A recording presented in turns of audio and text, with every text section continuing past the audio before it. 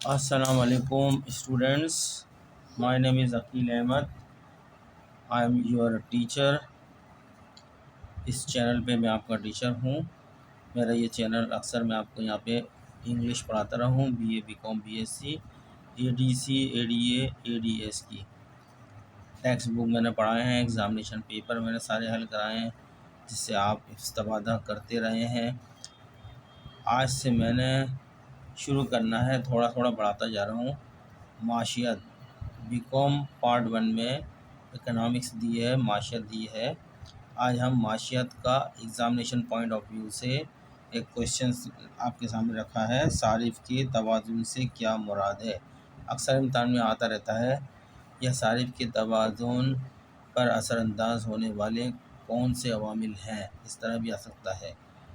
ہم آپ کے سامنے آج اس کانسیپٹ کو، اکنامی کا ویری امپورٹنٹ کانسیپٹ یعنی تصور ہے، اس کی وضاحت کریں گے، مثالوں سے بھی کریں گے، اور توازن پر اثر ہونے والے، صارفین کے توازن پر اثر ہونے والے عوامل کا بھی ذکر کریں گے. سوال کے ساتھ ہم نے بڑھایا ہے کہ صارفین کے توازن پر اثر انداز ہونے والے عوامل کون سے ہیں، مثالوں سے بتائیں.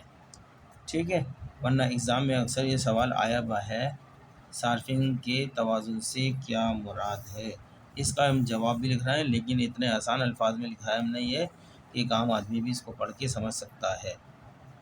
ٹھیک ہے، مقصد یہ ہے کہ ہم میرا بتانے کا کہ میں تھوڑا اس کو سمجھانا ہے اکنامکس کو. آپ کو اکنامکس آنا ہر ایک کو ضروری ہے. چلیں اس کے جواب کی طرف.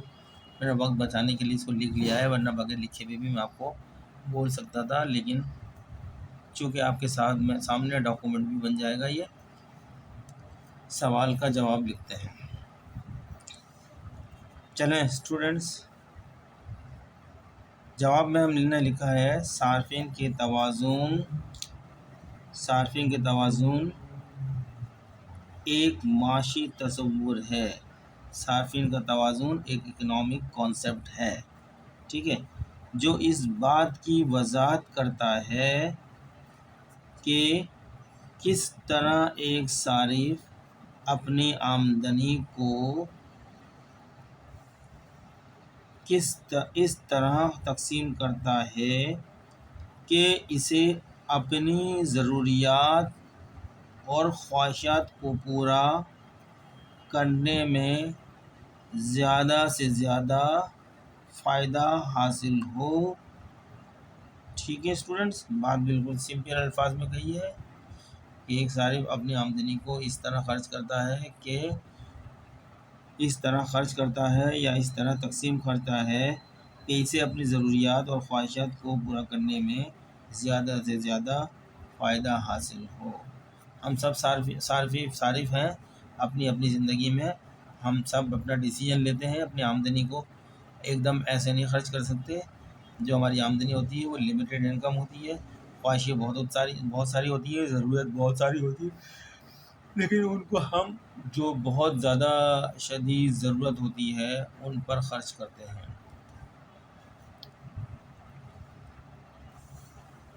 آگے چلتے ہیں. یہ تصور یا دس کانسیپٹ اس خیال پر مبنی ہے کہ صارفین عقل و فہم رکھتے ہیں، یعنی ہم سب کے پاس عقل ہے اپنے پیسے کو خرچ کرنے کی، کہاں خرچ کرنا چاہیے. عقل و فہم رکھتے ہیں اور وہ اپنے وسائل کو یعنی ریسورسز کو، روپے پیسے کو، چیزوں کو، ان سب کو وسائل بولتے ہیں، اس طرح استعمال کرنا چاہتے ہیں کہ انہیں زیادہ سے زیادہ فائدہ حاصل ہو. ٹھیک ہے، صارف کے توازن کو حاصل کرنے کے لیے ایک صارف کو مندرجہ ذیل اقدامات کرنے کی ضرورت ہے.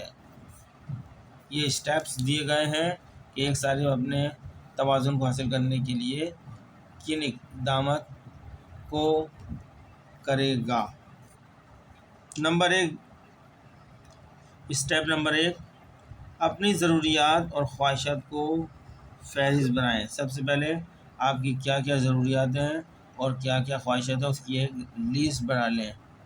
ٹھیک ہے، اسٹیپ نمبر 2، ہر ضرورت اور خواہش کی اہمیت کا تعین کریں اور یہ بھی بتائیں کہ اس کے اندر لسٹ میں کہ یہ میری ضرورت اور خواہش ہے، یہ کتنی اہمیت رکھتی ہے، ان میں سے زیادہ امپورٹنس کون کون سی ہیں، صحیح ہے، ان کا تعین کر لئیے۔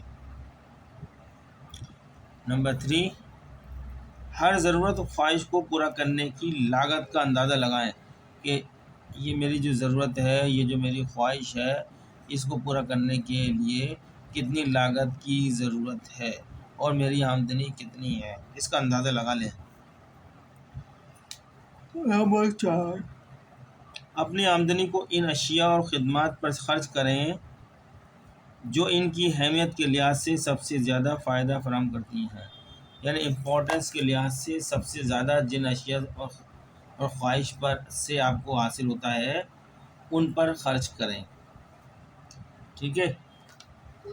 اب ہم مثالیں لے لیتے ہیں سمجھنے کے لیے، بہت آسان الفاظ میں مثالیں بھی ہیں، آپ کو کتابی زبان نہیں ہے جس کے لیے آپ کو مشکل پڑے۔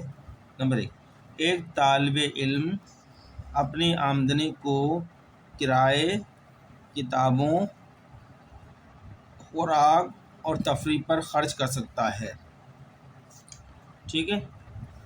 طالب علم کا مقصد اپنی آمدنی کو اس طرح تقسیم کرنا ہے کہ اسے اپنی تعلیم مکمل کرنے کے لیے ضروری تمام چیزوں کی فراہمی ہو، جبکہ ابھی کچھ تفریح کا وقت ہو اس کے پاس۔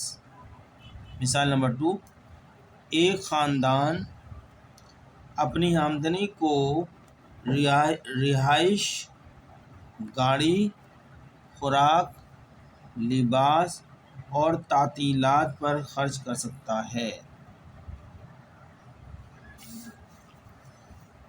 خاندان کا مقصد اپنی آمدنی کو اس طرح تقسیم کرنا ہے کہ ان کے پاس ایک آرام دہ گھر، محفوظ نقل و حمل، صحت مند خوراک، مناسب لباس اور کچھ وقت آرام کرنے اور تفریح کرنے کے لیے ہو۔ تھرڈ ایگزامپل، ایک ریٹائرڈ شخص اپنی آمدنی کو صحت کی دیکھ بھال، خوراک، رہائش، تفریح اور سفر پر خرچ کر سکتا ہے۔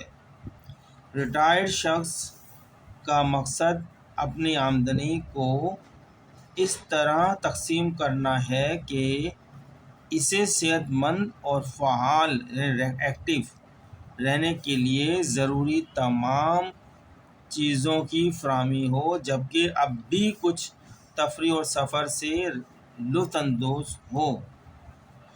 اب ہم اس میں یہ سوال یہاں تک تو ہمارا ہو گیا تھا، جو ہم نے کوشچن لیا اس کوشچن میں ہم نے کچھ اور بڑھایا تھا آگے، صارفین کے توازن پر اثر انداز ہونے والے عوامل، تو وہ فیکٹر بھی بتا دیتے ہیں آپ کو جو ایک کنزیومر کے بیلنس یعنی توازن پر اثر انداز ہوتے ہیں۔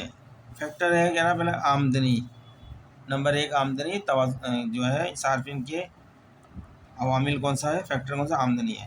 آمدنی میں اضافے سے صارفین کے پاس زیادہ اشیاء اور خدمات خریدنے کے لیے وسائل ہوتے ہیں، وسائل میں روپیہ پیسہ، ٹھیک ہے اسٹوڈنٹس، جس سے ان کے لیے صارف کے توازن کو حاصل کرنا آسان ہو جاتا ہے۔ دوسرا فیکٹر، دوسرا عوامل، قیمتوں میں کمی۔ قیمتوں میں کمی سے صارفین کے لیے ان اشیاء اور خدمات کو خریدنا سستا ہو جاتا ہے جن کی وہ خواہش کرتے ہیں، جس سے ان کے لیے صارف کے توازن کو حاصل کرنا آسان ہو جاتا ہے۔ تھرڈ فیکٹر ہے، تھرڈ عوامل ہے ذائقہ یعنی ٹیسٹ۔ صارفین کی ترجیحات یعنی پریفیرنسز مختلف ہوتی ہیں اور یہ صارف کے توازن کو حاصل کرنے کے طریقے کو متاثر کر سکتی ہیں۔ مثال کے طور پر ایک شخص جو کھانے کا شوقین ہے وہ اپنی آمدنی کا زیادہ حصہ کھانے پر خرچ کر سکتا ہے، جبکہ ایک شخص جو سفر کا شوقین ہے، ٹریولنگ کا شوقین ہے، وہ اپنی آمدنی کا زیادہ حصہ سفر پر خرچ کر سکتا ہے۔ ٹھیک ہے، صارفین کا توازن ایک پیچیدہ تصور ہے، لیکن یہ معیشت میں ایک اہم تصور ہے۔ یہ ہمیں یہ سمجھنے میں مدد کرتا ہے کہ صارفین اپنی آمدنی کو کیسے خرچ کرتے ہیں، اور یہ کاروباروں اور پالیسی سازوں کے لیے مفید ہو سکتا ہے، کیونکہ یہ انہیں یہ سمجھنے میں مدد کر سکتا ہے کہ صارفین مختلف اشیاء اور خدمات کی مانگ کیوں کرتے ہیں۔